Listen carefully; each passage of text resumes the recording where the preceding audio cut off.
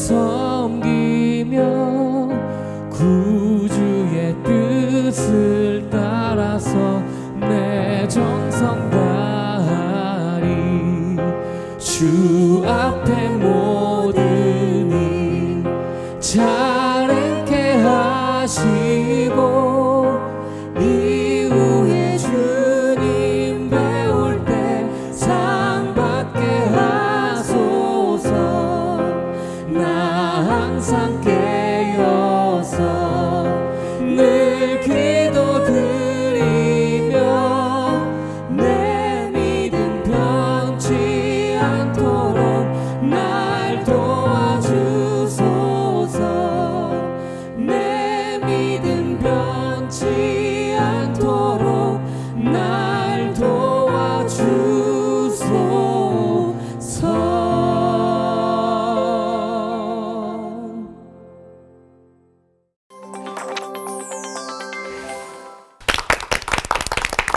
코로나 시대에 우리의 본분으로 삶과 믿음을 흔드는 모든 공격들로부터 우리를 안전하게 지켜줄 하나님의 전신갑주를 점검하고 있어요. 오늘은 진리의 허리띠인데요. 스튜디오가 굉장히 환해졌습니다. 말씀을 사모하는 김정은 형제님 오셨고요.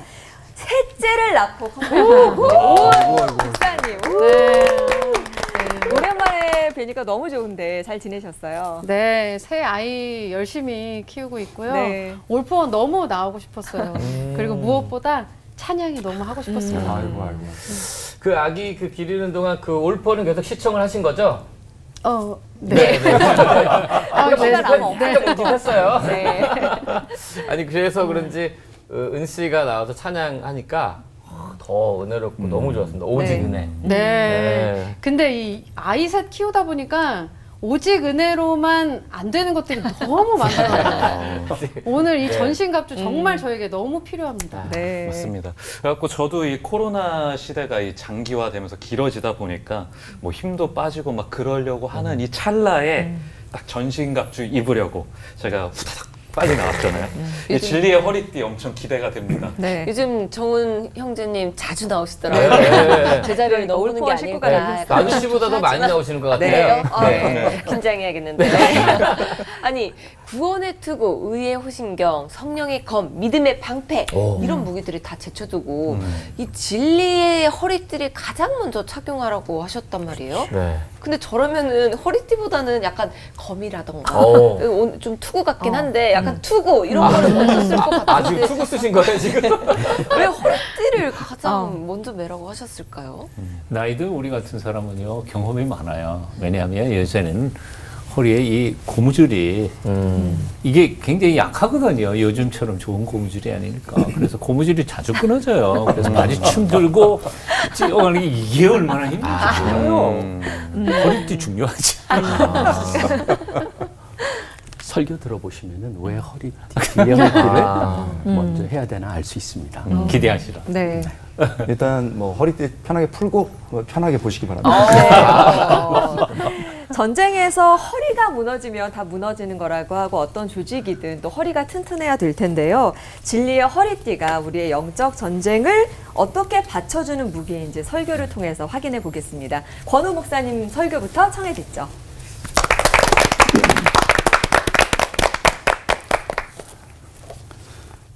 자, 바울은 허리띠의 중요성을 알았던 것 같아요. 바울이 말하는 이 띠, 허리띠는 뭘까요?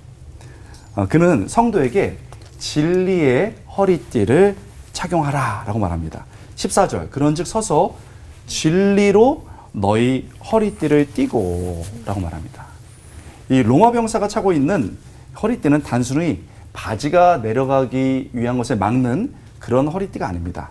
제가 자료를 찾아보니까 5cm에서 두꺼운 건 넓은 것은 15cm 넓이의 이 가죽으로 만들어진 두툼한 띠였습니다. 기본적으로 이 허리띠를 딱 띠면 중심부가 딱 잡히면서 힘을 줄 수가 있지요. 그런데 우리가 모르는 더 세부적인 기능도 있었습니다. 일단 딱 중심을 잡아줄 뿐만 아니라 꼭 쥐어주기 때문에 위아래 옷들이 거치작거리지 않도록 딱 정리해주는 기능이 있었습니다. 그뿐만 아니고 칼집, 호심경 이런 것들을 여기에 걸치고 여기다 차게 됩니다. 이것은 지금 군인들도 비슷하게 칼집이나 이것들을 걸죠. 그런 기능들을 했습니다. 또 잘 모르는 것인데 남자들은 압니다. 여기 이렇게 치마처럼 그 가죽을 좀 가늘게 해서 이 허리띠에서 걸쳐서 남자의 급소를 막을 수 있도록 또 이렇게 치렁치렁 다는 기능도 있었습니다. 자, 그런데 우리가 생각해 보게 되는 것은 성도에게 이 중심을 잡아주는 그리고 영적 무기들을 이렇게 달 수 있는, 거치할 수 있는 이 허리띠는 뭘까? 이렇게 물어볼 수 있겠죠. 바로 그 구절과 함께 있는 진리라는 부분들을 좀 생각해 봐야 됩니다. 진리로 너희 허리띠를 띠고, 이렇게 해서 진리로 허리띠를 매라 이렇게 번역할 수도 있고, 또 이 원문에 보면은 the belt of the truth, 쉽게 말하면 진리로 만들어진 허리를 해라, 이게 둘 다 해석이 가능하거든요. 그렇다면 우리 묻게 되는 거예요. 그럼 진리부터 생각해 보죠. 도대체 어떤 진리인가? 그래서 뭐 해석들이 많습니다. 그런데 이제 한 주석의 대가가 뭐라고 말하냐면, 에베소서에서 계속 얘기하고 있는 하나님께서 그리스도를 보내셔서 우리 위해 죽으시고 부활하셔서 우리에게 영생을 주셨다는 가장 진리를 설명하는 가장 핵심적인 그런 사실들, 이렇게 말하는 겁니다. 이렇게 이 진리로 딱 받아들이기 시작하면, 그리고 벨트를 걸어 딱 매기 시작하면 로마 병사들은 벨트를 매는 순간 이것이 이제 전쟁을 시작한다는 표시가 되기도 했다고 제가 자료를 찾아봤습니다. 여러분, 뭔가 진리로 딱 허리띠를 매면, 아니면 진리의 허리띠를 매면 우리의 삶이 흔들리지 않을 수 있을까요? 묻게 됩니다. 얼마 전에 학생들 인터뷰를 했어요. 저희 신학교에. 근데 한 분이 자기는 하나님 앞에 너무 화가 났었고 하나님 앞에 섭섭했던 적이 있다라고 얘기를 했습니다. 왜 그런가 얘기를 들어보니까요, 신앙이 좋지 않을 때입니다. 근데 어머님이 간암에 걸리셨어요. 그래서 엄마 없는 20대 생활할 수 없잖아요. 그래서 자기 간을 이식해 준 겁니다. 그리고 엄마가 병상에서 아파할 때 또 아는 목사님 오셔서 병상 전도를 하셨어요. 근데 목사님 오시자마자 죄인입니다, 회개하세요, 아픈 엄마한테 그렇더라는 거예요. 그래서 신앙이 좋지 않았으니까 저 목사님 너무하다, 이상하다 그랬는데, 엄마가 죄인입니다, 회개하십시오, 예수님을 믿으십시오 했는데 예수님을 영접했다는 거예요. 그리고 그 병상에서 예수님을 받아들였습니다, 구세주로. 그리고 나서 얼마 후에 이식을 해드렸음에도 불구하고 엄마가 돌아가신 거예요. 20대의 청년이 엄마 없이 어떻게 살 수 있겠어요? 너무 하나님께 섭섭한 거예요. 섭섭함을 넘어서 화가 나는 거예요. 이런 하나님은 믿지 않겠다고. 그래서 우울증이 걸리고, 우울증이 걸다 못해서 난 죽고 싶다, 엄마 없는 세상에 살고 싶지 않다, 삶이 통째로 흔들리기 시작한 거예요. 그래서 어떤 우연한 기회를 통해서 우리 하나님, 우리 주님을 뜨겁게 체험한 거예요. 그러면서 이 세상의 삶이 다가 아니고 우리 주님이 나 위해 죽으시고, 우리 하나님께서 이 어려운 가운데서도 우리 어머니를 마지막 순간에 세밀하게 전도할 기회를 주셔서 천국으로 인도하셨구나라는 것을 깨닫게 된 거예요. 그러면서 그 목사님이 믿지 않고 하나님이 보내준 사람으로 생각이 되었고, 이 세상의 삶이라는 것이 잠시지만 나 위해 죽으신 예수님, 내 인생을 이끌어 가시는 하나님, 그 구원자 하나님과 예수님을 온몸으로 받아들이기 시작했습니다. 그러면서 내가 이것을 위해서 살아가야 되겠구나 하면서 딱 중심이 잡혔습니다. 우울증이 사라졌고, 그리고 내가 이제는 살아서 정말 사람들에게 이 세상의 삶과 영원한 삶을 주시는 그 하나님을 전해야 되겠다는 생각을 한 겁니다. 중심이 딱 잡혔습니다. 잡힌 순간 이제 나는 더 훈련돼서 이 복음을 전해야 되지 하고, 그가 신학교의 문을 두드린 겁니다. 그는 더 이상 흔들리지 않는 용사가 된 것입니다. 여러분, 흔들릴 수 있습니다. 흔들리는 것이 인생입니다. 그러므로 그 흔들리는 인생을 흔들리지 않게 하는 것들이 우리에게 필요한데, 그것은 시시한 세상의 것들이 아니고 하나님이, 우리 예수 그리스도께서, 성령께서 우리를 구원하고 인도하신다는 가장 기본적이지만 중요한 것을 내 마음속에 받아들이고 딱 벨트처럼 차는 것입니다. 그때 우리의 흔들리는 삶이 잡혀지고 믿음의 용사로 걸어갈 수 있음을 믿습니다. 기도하겠습니다. 하나님, 젊은 삶이 흔들릴 수 있다면 우리 모든 삶이 흔들릴 수 있지 않겠습니까? 하나님, 우리의 삶이 흔들릴 때 세상의 것이나 또 사람들의 것에 취하지 아니하고 정말 믿음의 진리로 허리띠를 차고 다시 한번 우리 삶의 중심을 잡고 믿음으로 뚜벅뚜벅 걸어가게 하여 주옵소서. 감사드리고 예수님의 이름으로 간절히 기도드리옵나이다. 아멘.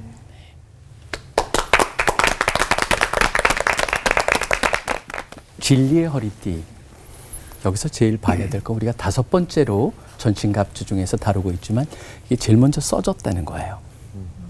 전신갑주를 취하라, 또 입으라. 우리 성경에 번역이 되어 있거든요. 제일 먼저 나오고 있어요. 사실 우리 구 목사님께서 잘 설명을 해주셨는데 전형적인 로마 병사를 생각하죠. 근데 우리가 먼저 생각해야 될 건 그 로마 병사고 이전에 왜 허리띠가 먼저 나오는가? 그걸 본다면은 사실 그 당시 옷이 우리 같이 이렇게 위아래가 되어 있질 않아요. 길어요. 두루마기예요. 그렇기 때문에 다른 무엇을 하기 전에 제일 먼저 해야 될 건 뭐냐면 두루마기를 잡아가지고 넣고 그걸 묶어야 돼요. 다른 것을 하기 전에 제일 먼저 해야 되는 거. 그렇기 때문에 베드로전서 1장 13절에도 무슨 말씀이 나옵니까? 먼저 마음의 허리를 동이고라고 하는 표현이 나오거든요. 그러니까 이거는 다른 액션을 취하기 전에 제일 먼저 해야 할 일이라고 하는 것이 전제되어 있는 거죠. 그러니까 공격력이라든가 방어적인 그런 요소를 가지고 있기보다는 다른 모든 것들을 바치는 기초적인 역할을 한다. 그러니까 진리가 기초라고 하는 것이죠. 너무 당연하게 여기죠. 우리 같은 경우엔. 누가 진리가 기초라고 그러면 당연하죠. 그래요. 근데 의외로 당연하죠라고 얘기하지만 제가 느끼기에는 빌라도 같아요. 예수님한테 뭐라고 그러십니까? 나중에 질문하거든요. 진리가 뭐냐 하고 묻더니 예수님이 뭐라고 답하는 건 관심도 없어요. 그리고 지금 세상을 보세요. 뭐가 만연합니까? 페이크 뉴스라고 하는 가짜 뉴스들이 천지예요. 그런 세상 속에서의 진리. 그렇다면 진리가 무엇일까? 여기서 의도하는 진리가 무엇이냐라고 하는 겁니다. 많은 사람이 진리 그러면 하나님 말씀 아니에요? 근데 우리가 봐야 될 건 뭐예요? 성령의 검. 그럼 그게 하나님의 말씀이라고 그러거든요. 그러면 하나님의 말씀은 2번이나 나와? 아니죠. 사실은 그 성령의 검이라고 하는 그 말씀이라고 하는 것, 그거 자체는 주신 객관적인 거라고 한다면은 여기에 진리의 허리띠라고 하는 여기에 진리는 그 객관적인 사실을 자신의 것으로 만든 것을 말하고 있죠. 자신한테 적용을 한 객관적을 어떻게 보면 자신의 것으로 만든 듯한. 그래서 이사야서 11장 5절에도 메시아를 얘기하면서 이런 말씀을 하시거든요. 공의로 허리띠를 삼으며 성실로 몸의 띠를 삼으리라. 결국 그분을 쫓는 자답게 그러한 모습을 갖춘 백성들, 그런 모습이 되라고 하는 것이죠. 에베소서 쫓아가 보시면요. 4장 25절에 뭐라고 하냐면 거짓을 버리고 각각 그 이웃으로 더불어 참된 것을 말하라. 5장 9절에 보면은 모든 착함과 의로움과 진실함에 빛의 열매가 있다라고 가르치고 있어요. 그렇기 때문에 결국은 그러한 일이 일어나기 전에 무엇을 우리가 해야 되느냐? 저는 이렇게 생각을 합니다. 결국 어떻게 하나님의 말씀을 우리 나의 것으로 만들 수 있냐? 하나님의 말씀은 살아있다고 히브리서 4장에 나오지 않습니까? 좌우의 날성검 같아요. 우리를 찔러요. 다 들여다봐요. 우리의 모든 것을 생각해요. 근데 그것은 자동적으로 일어나지 않죠. 어떻게 해야 됩니까? 우리가 하나님 말씀을 읽고 어떤 거는 외우고 분석하고 묵상하고 적용하고 하는 그런 것을 지속적으로 하다 보면 어떤 일이 일어나는 줄 아세요? 하나님의 말씀이 우리의 사고와 생각을 분해하기 시작을 해요. 수술하기 시작해요. 제대로 볼 수 있게 도와줘요. 그럴 때만이 말씀이 살아나는 걸 느껴요. 사실은 그걸 하기 위해서 저는 꼭 필요한 전제 조건 하나가 있다고 생각합니다. 이 시대를 보면서 참 안타까운 거 하나가 있어요. 뭐냐면 하나님의 말씀에 대한 절대적 권위를 잃어버리는 시대를 살고 있다라고 하는 겁니다. 그러다 보니까 하나님 말씀을 읽다가 이해가 안 되는 건 뭡니까? 또 그리고 어떤 거는 저쪽하고 조금 다르게 표현되어 있을 때는 봐, 틀리잖아. 성경에 오류가 있잖아. 라고 너무나 쉽게 결론을 내리는 것이 아닌가. 과학적으로 봤을 때 그건 비과학적이라고 결론을 내리는 게 아닌가라는 생각을 합니다.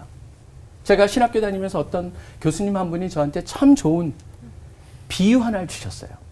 여러분, 성경을 읽다 보면 이해 안 되는 거 있어요.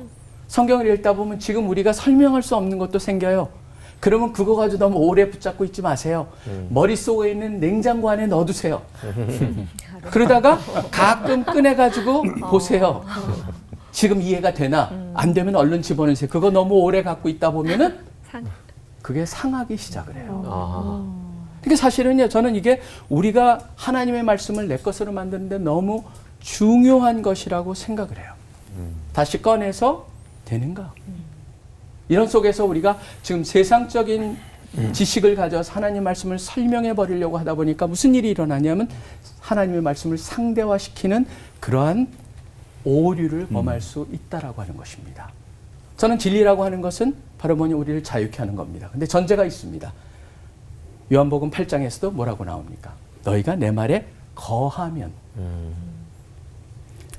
제자가 되고 진리를 알지니 진리가 너희를 자유케 하리라.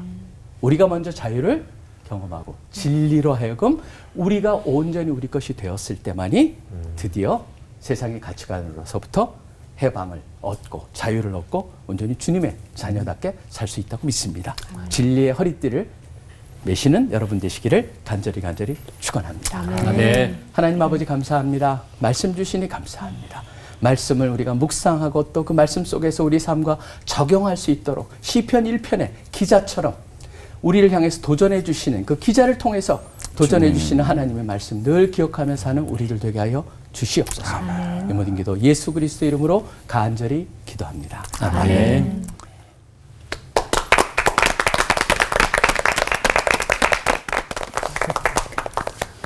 40여 년 전에 전도사로 첫 교회에 부임했습니다. 그런데 차는 있는데 운전면허증이 없었어요. 그래서 한 달 동안 아는 분한테 교습을 받고 한 달 만에 운전면허증을 땄죠. 근데 운전면허증 받은 그 다음날 담임 목사님이 저보고 신방 가자 그래서 부산에서 경주까지 고속도로를 달려가다가 속도 위반으로 걸렸습니다.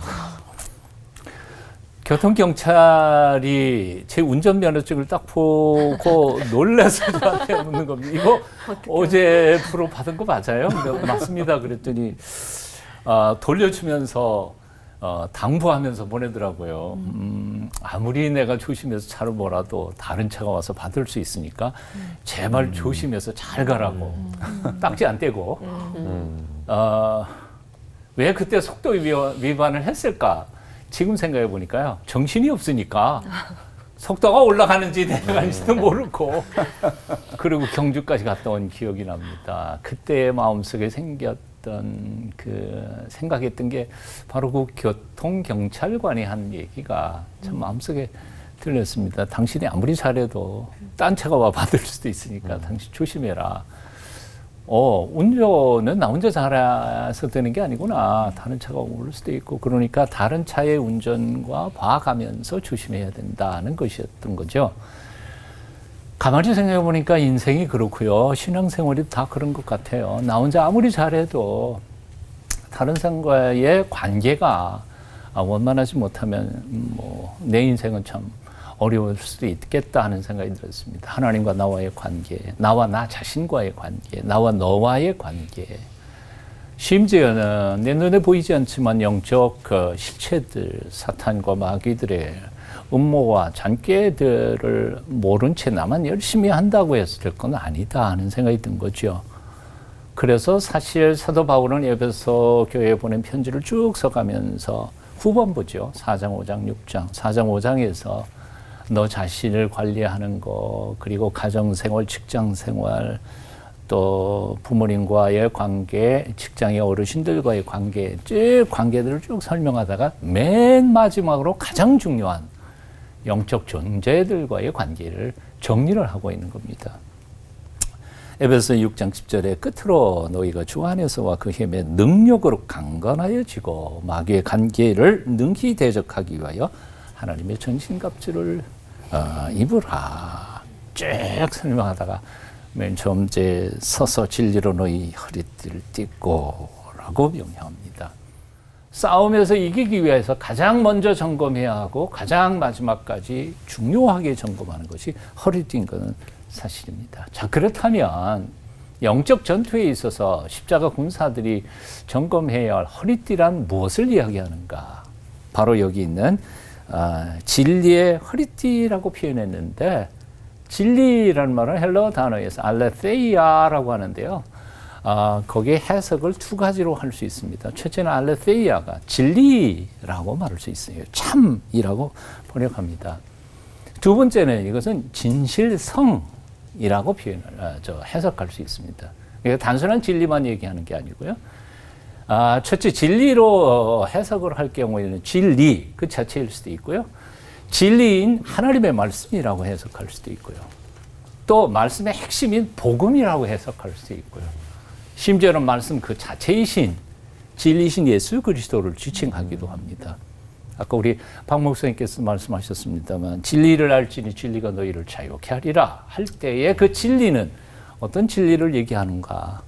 말씀이기보다는 오히려 정관사 붙은 것이 진리이신 당신 자신을 얘기하는 거죠. 그러니까 진리이신 예수 그리스도를 알 때 우리가 자유함을 얻는 거지, 성경적인 지식을 조금 얻는다든지 아니면 철학적인 세상적인 어떤 인문학적인 지혜를 얻으면 자유하게 된다는 의미가 아니거든요.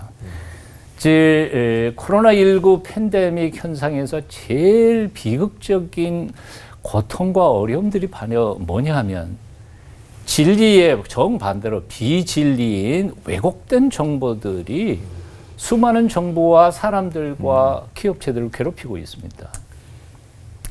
그 속에 사실은 그 왜곡된 정보들을 가지고 이익을 얻는 정치가들도 있고요, 기업들도 있고요, 수많은 사람들이 있습니다. 그래서 저는 진리이신 예수 그리스도 안에서 참 진리와 거짓을 분별할 수 있는 지혜를 가지는 것이 바로 영적 전투에서 그리스도인들이 마땅히 해야 할 일이라고 생각합니다. 그것을 통해서만 우리는 악한 것들을 대적하고 싸워서 이길 수 있으리라고 생각합니다. 또한 두 번째는, 이거는 벌써 우리 박 목사님께서 말씀하셨기 때문에 간단히 줄여 얘기한다면, 알레테이아라는 말은 진리라고도 해석할 수 있지만 성실성이라고도 번역할 수 있습니다. 즉 다시 말하면 진리를, 복음을 알고 있는 그리스도인의 삶 그 자체에서 얼마나 그 진리를 실천하면서 구체적으로 살아가는 성실함이 있느냐 하는 거죠. 그러니까 진리의 허리띠라는 것은 내가 진리를 깨우치고 아는 것만 가지고는 부족하다는 거예요.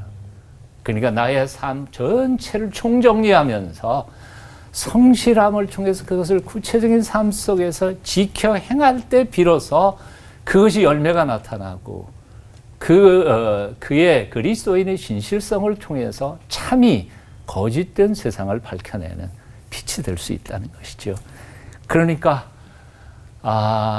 이 왜곡된 정보와 왜곡된 이 언론, 여기에서 우리 그리스도인들이 해야 할 마땅한 얘기는 바로 진리이신 예수 그리스도 안에서 참과 거짓을 분별해가면서 말만 하는 거가 중요한 게 아니라 내가 그 참을 살아감으로써 하나님을, 복음을, 진리를 드러내는 삶을 살아가는 것. 이것이 바로 진리의 허리띠를 잘 묶는 것이 아닐까, 이렇게 생각해 봅니다. 기도하겠습니다. 진리이신 주 예수님, 거짓이 판을 치는 이 시대에 참 진리가 무엇인지를 바로 깨닫게 하여 주시고, 거짓을 분별할 수 있는 지혜와 그리고 깨달은 진리를 삶의 구체적인 현장에서 실천해 갈 수 있는 성실함도 저에게 허락해 주시옵소서. 예수님의 이름으로 기도합니다. 아멘.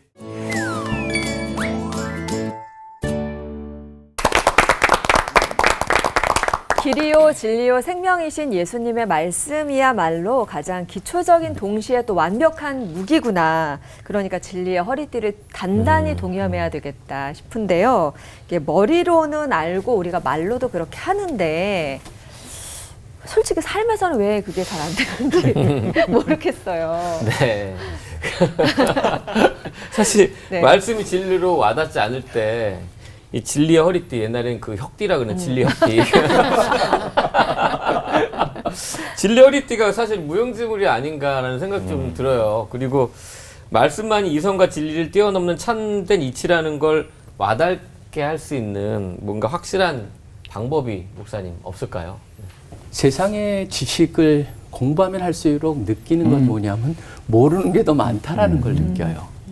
그러니까 세상에 있는 많은 것들이 저는 하나님께서 이성을 주셨기 때문에 우리 이성을 가지고 접근을 하지만 늘 그것이 최고라는 생각보다는 절대 기준을 가지고 사는 게 좀 필요하다고 생각합니다. 하나님의 말씀은 absolute, 절대적이다. 라고 하는 이건 절대 양보하지 않겠다라고 하는 결심을 하고 대할 때 저는 세상에서 말하는 모든 것들이 이성적으로 받아들이고 그렇지만 우리가 받아야 될 건 믿음은 보이지 않는 것의 증거예요. 그래서 저는 어떻게 생각하냐면 믿음이라고 하는 것은 그렇기 때문에 맹목적이다, 비이성적이다가 아니고 저는 초이성적이다. 이성 플러스 그거를 뛰어넘을 수 있는 게 믿음이다. 그렇게 생각을 합니다. 그래서 그런 관점으로 계속적으로 말씀을 보고 매사를 볼 때 저는 세상에서 말하는 저는 수준 낮은 진리라고 부리는 그것에 우리가 넘어가지 않지 않을까 생각을 합니다. 금방 말씀하셨던 것처럼 이성주의라는 거는 이성을 우상을 시킨 거지만 이성의 한계를 깨닫는 것은 초이성이고 또 그런 거 아닐까 그런 생각하고 이건 어려운 얘기고요. 저는 쉽게 얘기해 볼게요. 그러니까 지혜라는 게 사실 자신의 지혜는 내가 모른다는 사실을 안다는 무지의 지가 소크라테스의 지혜인데요. 근데 저는 그러면 하나님의 말씀이 참인지 아닌지는 어떻게 하냐 그런 질문이 나오잖아요. 그래서 저는 이런 고백을 해요. 너 누군가 전해준 소문이 진짜인지 아닌지 어떻게 하냐? 어떻게 알아요? 내 이성의 판단은 진짜 같기도 하고 가짜 같기도 하고 근데 그것을 진짜라고 생각하는 것은 그것을 전해주는 사람이 인격을 믿는 거죠.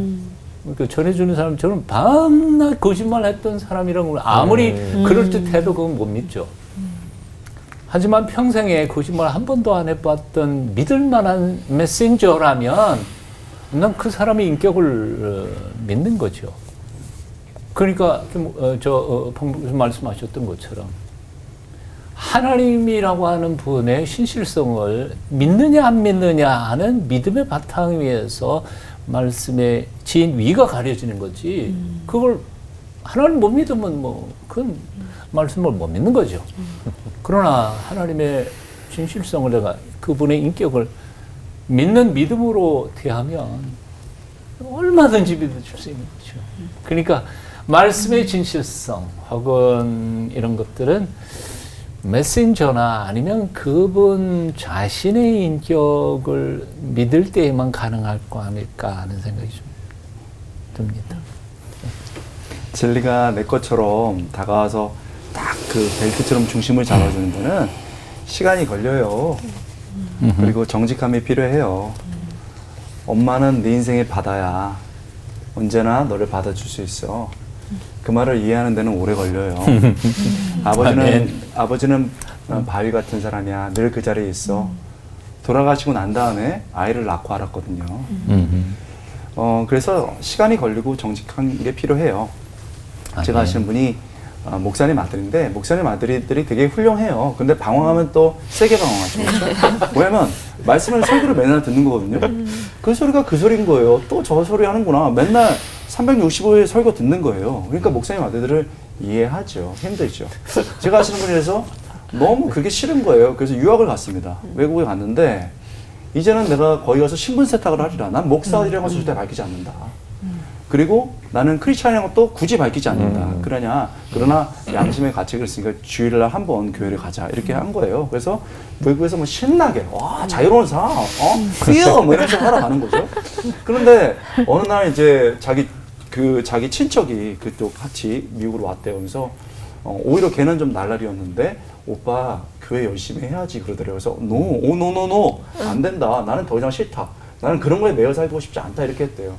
그러면서 몇 번이나 좀 신앙생활 좀 진지하게 잘해도 싫다. 나는 지금 자기가 좋아. 이렇게 말했다는 거예요.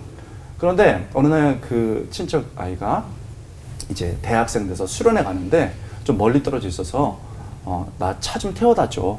영어로 라이드라고 하죠. 라이드 좀 줘. 그랬던 거예요. 싫어. 한 번만 해줘. 그래서 아우 진짜 짜증나서 갔다는 거예요. 태우고 갔는데 온 김에 잡혔네. 그래서 한번 낚였어. 예배 드려준다 이러고서 이제 뜨는 거예요. 진짜 낚였다고. 근데 낚인 거죠. 낚였는데 딱 그 세부적인 것은 생각이 안 나지만 딱 마음에 확 들어온 게 있대요. 우리가 구원받은 것이 값없이 받은 것이지만 그것이 진짜 값이 없는 것은 아니에요.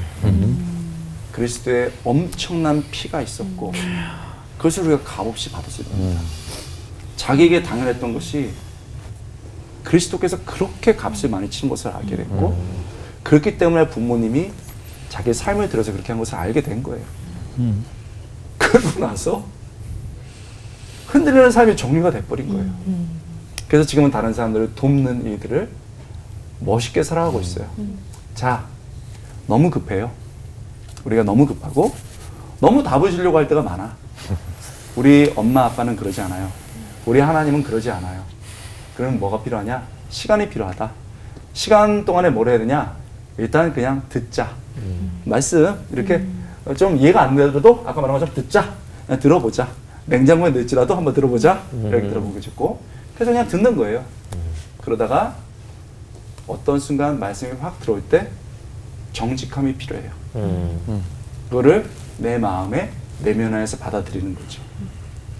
그리고 받아들여서 그것이 내 안에 내면화되고 탁 이렇게 베드처럼 되면은 살아보는 거예요. 시간이 걸려요. 엄마가 돼보니 엄마를 알게 돼요. 우리는 살아가면서 더 하나님의 진리를 알게 되는 거죠. 어디에 누구와 있든지 또 모든 것을 진리인 주님의 말씀에 이렇게 빗대어 보면서 비춰보고 판단하고 행동하는 훈련을 또 계속해 나갈 때 진정한 말씀의 사람이 될 수 있겠다. 용기를 또 갖게 됩니다. 자, 그렇다면 이 진리의 허리띠를 잘 동여매는 훈련법에 관해서 좀 바짝 알아볼까요? 네. 그래서 준비했습니다. 사탄 마귀가 와도 꿈쩍 않는 진리의 허리띠 매는 법을 알기 위한 질문 타임. 잘 맞았죠, 저희. 먼저 진리의 허리띠 매는 법부터 보면은 사실 당연한 말이긴 한데 그런즉 서서 진리의 허리띠를 매라고 하시거든요. 어떤 뭐 이유가 특별히 있나요, 목사님? 박성민 목사님? 네. 저는 우리 권 목사님 뵙길래 보고 얘기하시길래 그쪽 질문인 줄 알았어요. 근데 그 서서라고 하는 건 어떻게 보면 당연한 거죠. 전투 형태거든요. 그러니까 전투하는데 앉아서 할 수 없겠죠. 그러니까 선다라고 하는 것에 전투에 준비가 된 그래서 흔들리지 않는 전투형 자세를 취한다라는 게 있는데 사실은 사도 바울이 제일 좋아하는 단어 중에 하나예요. 핵심적인 걸 얘기하고 나서부터 사도 바울이 이거를 계속 써요. 서서. 믿음에 서서 또는 어디에 서서. 나중에 그 눈으로 한번 성경을 읽어보세요. 그러면 핵심적인 것마다 그 얘기를 사실 하고 있어요. 그다음에 빌립보서에서도 보면 예를 들자면은 옥에 있으면서도 이 싸우고 있는 빌립보 교인들 향해서 딱 얘기할 때 4장에 가보면 이제 핵심이 나오는데 시작하면 4장 1절이 서서예요. 그다음에 로마서에서도 전개하다 보면은 이것저것 얘기하다가 5장 딱 하면서 그렇기 때문에 하나님과 내가 화평을 이루고 그 믿음에 서서 그리고 부활에 대해서 사람들이 그 막 고민을 하고 있는 가운데서도 부활장 가보세요. 고린도서 15장 가보면 믿음에 서서예요. 심지어 그것뿐만 아니고 하나님께서 그 예수님이 재림하셨냐? 라고 그 얘기를 하면서 데살로니가 후서에 보면 2장에 그 얘기를 앞에서 하고 아니다. 지금 이런 일이 일어나야 된다. 그러면서 믿음에 서서 2장 15절에 거기도 서서예요. 사실 이 서서라고 하는 거는 굉장히 중요한 단어입니다. 그렇기 때문에 지금 여기서도 우리 마귀는 계속적으로 우리를 쓰러뜨리려고 하거든요. 그러니까 제일 저는 늘 생각하는 하나 귀절이 있어요. 고린도서 4장 4절 4 굉장히 안 좋은 숫자가 일반적으로 있는데 그 안에 보면은 뭐가 나오냐면 이 세상의 신이 믿지 않는 사람들의 눈을 어둡게 했다. 그 표현이 나오거든요. 우리 돼 있는데 어둡다라는 표현이 헬라어로 투플로라고 한 단어예요. 그거는 눈을 멀게 해버렸다. 우리한테도 계속적으로 우리는 하나님께서 눈을 갖다 밝히셨는데 계속적으로 앞을 흐리게 해요. 그렇기 때문에 너의 마음의 눈을 밝히사라고 하는 사도 바울이 그런 기도도 하는데 저는 늘 그렇기 때문에 기도 속에서 주님 제 눈이 흐려졌다면은 밝게 맑게 만들어 주시옵소서 제대로 보게 해 주시옵소서. 그래서 서서 아침에 매일매일 우리가 생각해야 되는 건 내가 서 있나 아직도 누워 있나 앉아 있나 전투 형태다. 계속적으로 내가 조금만 삐뚤어진 생각만 하면은 마귀는 뭘 합니까? 와서 음악을 연주합니다. 우리가 넘어가게 하려고. 그들은 그 마귀는 우리를 갖다가 죄에 빠뜨리진 못하지만 우리가 조금만 이상만 생각하면은 그거를 거기에 보면 뒤에다 생음악을 넣기시켜요. 그 때문에 늘 우리가 깨어서 그것을 갖다가 이겨내기 위해서도 서야 된다. 전투 형체를 취하라. 그렇게 받아들여야 될 것 같습니다. 가끔 제가 이렇게 앉아서 허리띠를 한번 내거든요. 집에 그냥 집에서 아침에 앉아서 하면 일어서서 다시 해야 돼요. 맞아요. 네, 다시 다시 넣어야 되고 해서 일어서 다시 해야 돼서 귀찮아도 일어서야겠다. 그런 생각 가끔 합니다. 지금부터라도 네, 서서 다 좀 서서. 진행도 우리가 서서 한번 다 같이서 오은씨 특별히 오셨으니까 서서 한번. 긴장을 네. 이 진리의 허리띠는 또 이 다른 갑주들을 전신 갑주들을 이렇게 같이 동여매 준다고 하셨는데요.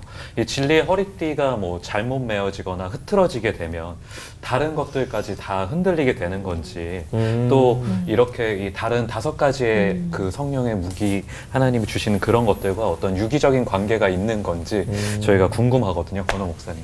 네. 가장 기초적이고 아까 설교를 통해서 너무 잘 말씀해 주셨어요. 가장 기초적이고 거기서부터 세부적으로 발전시켜 나가야 된다는 의미가 있는 것 같아요. 아직도 잊지 못하는데 이제 군대 갔을 때 탄띠 같은 거 똑같은 거예요. 전쟁에 나갈 때 띠거든요. 딱 맸는데 구멍이 막 떨어져 있더라고요. 그래서 저는 이제 계급이 낮았으니까 그 구멍 뭐 때려졌어요? 그랬더니 통풍이 잘 돼서 그런 거예요? 했다고 한다고 얻어맞았죠. 그게 아니고 꽂아야 되니까 다 알잖아요. 거기에 수통 꽂고 아까 말했잖아요. 단도도 꽂고 수통도 꽂고 중요한 걸 많이 이렇게 닿는 거예요.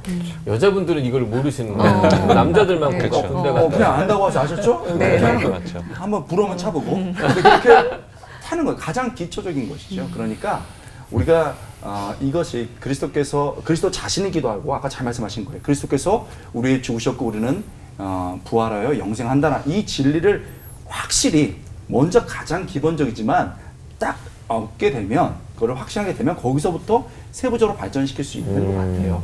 그러니까 뭐 하나가 막 흐트리고 그런 개념이 아니고 그것은 늘 기초적이고 늘 다시 한번 새겨 봐야 되고 거기서부터 발전시켜 나가야 된다라는 것 쪽으로 받아들이는 게 좋을 것 같습니다. 감사합니다. 진리의 말씀에 비춰보면 오히려 되게 쉽고 간단할 수도 있겠다는 생각이 드는데 사탄 마귀의 거짓말에 노란하지 않으려면 다른 거 필요 없고요. 오늘 배운 이 진리의 허리띠 꽉 붙들어야겠다는 생각이 듭니다. 네. 근데 이 신앙적 확신이 흔들리고 중심이 흐트러질 때가 많잖아요. 근데 그럴 때 진리의 허리띠로 승리하셨던 우리 목사님들의 경험담이 너무 궁금합니다. 또 제가 중간에 그러니까 저는 그런 것 같아요. 늘 우리가 알면서도 인간이라고 하는 게 루터가 그런 말을 하거든요. 모든 인간들이 심지어 하나님과의 관계 속에서도 라틴어로 incubitus in se라고 해가지고 자기로 굽어진다. 그러니까 모든 게 자기 중심으로 생각을 해가지고 어떤 상황인지 정당화하는 것 같아요. 그러니까 실질적으로 이걸 하면 안 된다는 걸 알지만 그럴듯한 이유를 가져와가지고 정당화하는 거. 제가 이제 경험한 거 하나가 뭐가 있었냐면 제가 이제 싱가포르에 있다가 한국을 들어와가지고 저희 단체 얘기입니다만은 그때 그 편만했어요. 뭐냐면 모든 사람들이 상당수가 어떤 교회까지도 적지 않은 교회들이 다 불법으로 카피된 소프트웨어를 쓰고 있었어요. 그럴 때가 있었습니다. 지금은 그렇게 못합니다. 그리고 안 하고 불법으로 그 여기 소프트웨어를 갖다가 카피해가지고 썼어요. 그쵸, 뭐 마이크로소프트 워드니 아래 한글 막 그런 걸 썼거든요. 그러고 나서 뭐 주님의 일을 하는데라고 하는 그런 걸로 했는데 제가 와서 보니까 아 이거는 제가 마음에 같이 있으면서 느낀 거예요. 이건 아니다. 우리가 돈이 들더라도 우리가 그걸 하자. 그래서 그 운동을 한번 펼쳐가지고 다 바꾼 적이 있어요. 근데 저도 그걸 하는데 굉장히 힘들었어요. 왜냐면 저도 맨 처음에는 그냥 하고 모르고 제 거조차도 불법이었으니까. 그러니까 그러면서 아 이건 아니다. 하나님께서 점점점 마음속에 이거를 바로잡지 않으면은 제대로 쓸 수가 없다. 너를 제대로 쓸 수 없고 단체를 제대로 쓸 수 없다라는 그런 확신을 주셔가지고 하는데 그게 자동적으로 넘어가지가 않더라는 거예요. 그래서 이제 그런 경험이 저한테 있습니다. 그래서 사실은 그런 생각이 옛날에 그랬던 과거의 그런 부족함, 그렇지만 그 속에서 헤어나온 그런 생각이 났었습니다. 옛날에 목사님 저 이제 음원 옛날에 막 이렇게 다운받고 넘어가는 시절에 CD에서 음원 넘어가는 시절에 제가 교회들 집회에 가잖아요. 그러면 저 유은성 씨 너무 좋아요. 저희 교회 음원 맨날 기도할 때 틀어놔고 제 음원 한 몇십 개가 쫙인데 다 불법으로 다운받고 그런 시절도 있어서 제가 참 마음이 아팠던 것 저도 경험이 있었습니다. 네. 죄송해요. 용서하는데 좋아해서 그랬어. 정직함. 옛날에 진짜 그런 네, 시절이 있었어요. 그랬죠. 좋아해서. 갖고 싶어서. 권 목사님 먼저 또 그다음. 삶을 흔들릴 수 있는 것 같아요. 젊으니까 괜찮다. 아니에요. 젊으니까 더 흔들릴 수 있고 그만큼 나이 들었으면 흔들리지 아니에요. 나이 들수록 슬플 때가 많아요. 흔들릴 수 있죠. 그런데 중요한 건 흔들릴 때 딱 띠를 매서 흔들리지 않게 하는 거잖아요. 저 사실은 그 최근에 나온 무슨 그 오징어 못 게임 그 영화 저 안 좋아해요. 왜냐하면 제 어렸을 때 너무 마르고 못 살고 그래가지고 제 별명이 권뼈, 뭐 권코, 그다음에 마른 오징어였거든요. 저 되게 싫어요. 야, 말하자면 왜 이렇게 권코 아니 너무 말로 그러니까 너는 코밖에 안 보이고 너는 이렇게 말랐냐 권뼈다 너 오징어 위와 베리 오징어 막 이랬거든요. 너무 싫었는데 웃었어요 이렇게. 그랬는데 집에 가서는 눈물이 흐르는 거예요. 그리고 여기 계신 분처럼 공부 잘하신 분도 있어요. 저 공부 못했어요. 여기 이분들은 앞에서 1, 2등, 저는 뒤에서 1, 2등. 맨날 애들이 너가 머리냐, 너는 돌머리다. 돌은 새겨도 되는데 너는 왜 안 되냐. 그러면 다 같이 실제로 웃고 가는데 잘 때는 그렇지가 않았어요. 니네 집은 왜 학비를 못 내냐. 그랬을 때 마음이 아팠어요. 그랬을 때 그것이 고등학교 때부터 대학교 때까지 대학교에서 공부를 좀 해서 됐지만 어려운 것들이 그랬거든요. 그때마다 너무 흔들리는 거예요. 우리는 늘 흔들리는 사람이에요. 그걸 인정해야 되는 거죠. 너무 슬퍼서 저녁에 사람들 다 잠들었을 때 빈 교회 가서 하나님 나는 정말 이렇게 못 살고 못생기고 실력도 없고 그러냐고 난 왜 이렇게 태어났냐고 여러분 웃으셨는데 나는 울면서 난 왜 이렇게 태어났냐고 그랬는데 제가 이제 미국에서도 집회할 때 얘기했는데 하나님이 저한테 한마디 딱 하셨어요. 마음속에서 You are mine. 너 내 거야. 그 충격을 잊을 수가 없어요. 너 내 거야. 내가 내 아들 피로 너 샀어. 왜 이래? 너 내 거야. 눈물이 막 나더라고요. 막 나면서 뭐 가난하면 어때? 실력 없으면 어때? 뭐 이렇게 말랐으면 어때? 하고 딱 우리 그리스도 그 자신 그리스도가 나를 죽으시고 영생 주시다는 그 자신 가지고 딱 메고서 당당하게 오징어의 부활, 가라가산의 풍요왕 이렇게 해서 한 거죠. 그래서 우리 언제나 정직하게 엎드려서 내 마음에 확 들어오면 그거를 내 것으로 아까처럼 인터널라이즈, 내 내면으로 딱 하면 되는 거죠. 고 갑시다. 네. 오징어가 풀을 만나면 움직이잖아. 성령이 불러. 연습 그 오징어가 성령이 불러 만나니까. 강호 목사님 울고 계시는데. 허리띠 졸라 매셔야 합니다. 허리띠. 울다가 웃는 거죠. 자기 의에 사로잡힐 때가 있었어요. 저는 저 스스로가 하나님 왜 그리고 대들 때도 있었고 뭐 신학교 졸업하고 뭐 얼마나 팔팔했겠어요. 살아있는 근데 제가 섬기던 교회에 장례가 났는데 장로님이 모시던 자동차가 굴렀어요. 저 경북에 어디서 굴러가지고 안수 집사님 한 분이 그 동생 장로님 동생인데 돌아가셨어요. 한 400m, 500m 밑에 있는 데로 다른 사람들은 다 살았는데 그 장례식을 하러 갔는데 딸이 둘이에요. 근데 2살, 3살이야. 근데 그 엄마가 뭐 2살, 3살이 뭘 알겠어요. 뭐 그러니까 그냥 왜 하는지도 모르고 거기서 그냥 놀고 웃고 그냥 아빠 시신 앞에서 그러다가 또 뭐 내가 그 설교를 어떻게 해야 될지 모르겠더라고. 설교를 어떻게 했는지도 모르겠어요. 성경 본문 그냥 하고 그냥 기도할 때 그냥 통곡하고 울면서 기도했죠. 하나님 이게 뭡니까? 그리고 대드는 기도를 했어요. 그러고도 며칠 동안 나는 하나님이 이해가 안 됐어요. 정말 하나님이 이해가 안 됐어. 이 아이들은 어떻게 살아갈 거며 앞으로. 그리고 걔네 아빠 안수 집사가 얼마나 신실하고 착한 사람인지 몰라. 뭐 사고 쳤다면 내가 뭐 하나님 벌레 내셨다 그렇게 생각할지 모르지만 그 가문 자체가 너무 귀한 분들이고 장로님도 그렇고 신앙도 너무 일정이고 헌신도 잘하는 사람들 그렇게 데려가 버리고 저 젊은 엄마하고 2살, 3살짜리 딸내미 셋이 이제 살아가야 하는데 그 앞길이 정말 고말리 같더라고요. 그 후로 한 몇 년 동안 하나님하고 뭐 싸웠죠. 목회는 그냥 하지만 설교도 이렇게 하지만 속으로는 나 그냥 목회 그만둘까. 그러다가 어느 날 말씀 묵상하면서 하나님께서 내 마음속에 제 털어진 마음속에 말씀하시는 게 야, 네 생각이 옳을까 내 생각이 옳을까. 이사야에 있는 말씀이죠. 나의 길은 너희 길보다 높으니요 나의 생각은 너희 생각보다 높으니라.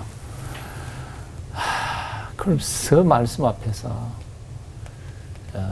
이해는 안 되지만 그렇겠죠 하나님. 내 생각보다 하나님이 생각이 옳겠죠. 옳지만 싫어요. 그렇지. 그럴 수 있지. 싸우다가 그냥 항복을 시키시더라고. 하나님의 의 앞에 나의 의. 내 의라는 게 도대체 뭐가 있겠어요. 근데 항복을 시키시는 것이 거시적으로 이렇게 크게 그 사건 하나만 본 게 아니라 인생 전체를 보게 하시고 그리고 지금은 뭐 그 집안을 기억하지만 하나님께서 귀하게 풀어가시는 것들을 보면서 역시 나의 의보다는 하나님의 의가 더 큰 의고 내 생각보다 하나님의 생각이 훨씬 더 뛰어난 것이라는 것을 인정하지만 그 바탕에서 견디고 이겨나간다는 것은 결코 쉬운 일은 아니었다는 생각이 듭니다. 그래서 아까 우리 박 목사님 말씀하셨던 것처럼 가끔은 성경 말씀만이 아니라 이해되지 않는 사건조차도 냉장고에 넣었다가 오랜 후에 꺼내야 될 필요가 있다는 생각도 있습니다. 네. 모든 것을 뛰어넘는 진리를 가졌으니까 좀 쓸데없는 근심 걱정은 냉장고에 다 넣어둬도 될 것 같다는 생각이 들었습니다. 단 거짓 정보가 틈타지 않도록 진리 허리띠를 잘 동여매자. 코로나 시대의 행동 지침 1번을 오늘 배운 것 같습니다. 자, 오늘 받은 의의 한마디씩 나누면서 마칠 텐데요. 코로나 시대의 전신갑주 진리의 허리띠는 나에게 우리에게 한마디로 네모다. 권 목사님부터. 제 인생에 최고로 좋은 허리띠입니다. 저는 제 영혼의 면역 세포다. 중심 잡기다. 네. 자, 우리 올포원 가족분들 어떤 은혜 받으셨는지요? 저는 진리의 허리띠는 저에게는 근본이다. 근간이다. 그러니까 저 뭐 요즘에 이제 시기도 시기고 뭐 시간도 시간이다 보니까 어떻게 제 요동치는 마음들을 이제 돌아보게 되면서 아, 내가 진짜 그때 진심을 다하고 최선을 다했지만 나는 항상 일관성이 없었구나. 그 안에 그 순간의 진심이지만 항상 나는 돌아서서 또 다른 얘기들을 하기도 하고 하면서 요동치는 제 모습을 보면서 아, 역시 요동치지 않으려면 하나님이 주시는 진리의 허리띠를 꽉 동여매야 내가 이 요동침이 줄어들겠다 싶어서 네, 근간이라고 했습니다. 네. 저에게 진리의 허리띠는 올포원이다. 올포원 생각만 해도 든든하거든요. 약간 허리띠 쫙 졸라매면은 뭔가 중심도 잘 잡히고 든든할 것 같아요. 네. 좀 느슨했던 분들도 오늘 영적인 진리의 허리띠를 단단하게 다 매셨으리라고 믿으면서 끝인사를 힘차게 외쳐보도록 하죠. 영적 안전벨트 진리의 말씀을 허리에 동이고 하나 되는 시간 올포원!